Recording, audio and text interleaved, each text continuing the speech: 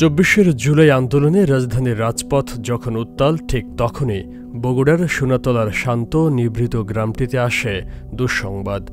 ৫ই আগস্ট ঢাকার সাভারে বৈষম্য বিরোধী ছাত্র আন্দোলনে পুলিশের গুলিতে প্রাণ হারান আব্দুল আহাদ সৈকত। মুহূর্তেই শোকের মাতম শুরু হয় তার পরিবারে। শোকের ছায়া নেমে আসে গ্রাম জুড়ে।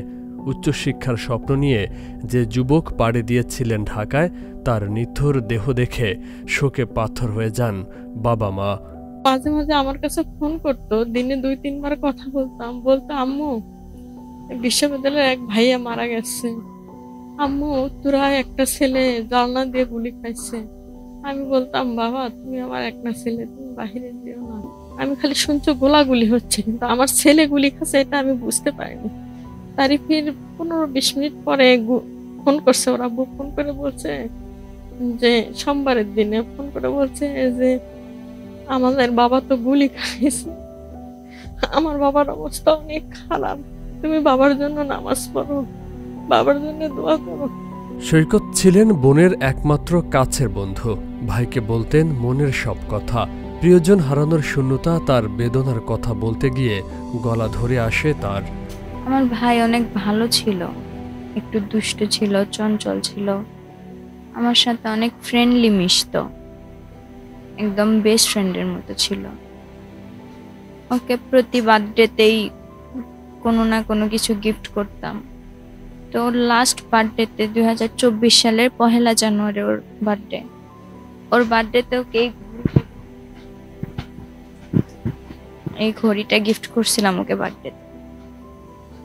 ওর অনেক পছন্দ হয়েছিল, সবসময় এটা পরে কলেজে যেত, এখানে ওখানে যেত, বাইরে গেলে ঘড়ি পরে যেত। এখন ও মারা যাওয়ার কিছুদিন আগে আমাকে বলতেছে যে আপু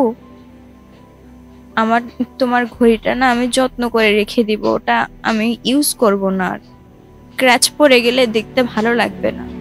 এদিকে শহীদ সৈকতের পরিবারের পাশে দাঁড়িয়েছে স্থানীয় প্রশাসন। সব ধরনের সহায়তার আশ্বাস দিয়েছেন উপজেলা নির্বাহী কর্মকর্তা।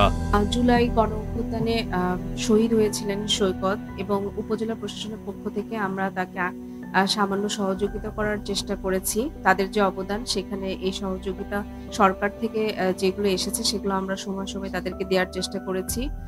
সঞ্চয়পত্র ইতিমধ্যেই তার বাবার নামে এবং মায়ের নামে ইস্যু করা হয়েছে, এবং পরবর্তীতে আরো কিছু টাকা তারা আর্থিক সহায়তা পাবে। এছাড়াও আমাদের জেলা প্রশাসন জেলা থেকে আমাদের ডিসি স্যারের আন্তরিকতায় তাদের জন্য পুরো জুলাই মাস ব্যাপী বিভিন্ন ধরনের অনুষ্ঠানের আয়োজন করা হয়েছিল, এবং আমি আশা করি যে সরকার থেকে যে সহযোগিতাগুলো আসবে সৈকতের পরিবারকে অবশ্যই সেগুলো সময় সময় যথোপযুক্তভাবে পৌঁছে দেওয়ার চেষ্টা করা হবে উপজেলা প্রশাসনের পক্ষ থেকে। ধন্যবাদ।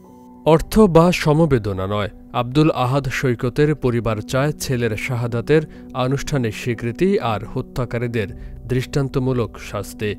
সৈকতের মতো অগণিত তরুণের রক্তে যে বিজয়ের ইতিহাস লেখা হয়েছে, সেই ইতিহাসের কাছে দায়বদ্ধ থেকে সরকারকে ন্যায় বিচার নিশ্চিত করার দাবি তাদের।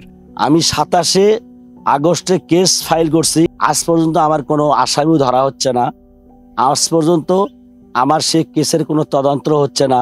প্রত্যেকটা শহীদের যে আত্মা শান্তি পাবে একটাই মাত্র কারণ, সেটা বিচারকে স্বয়ংসম্পূর্ণ করা পড়ে।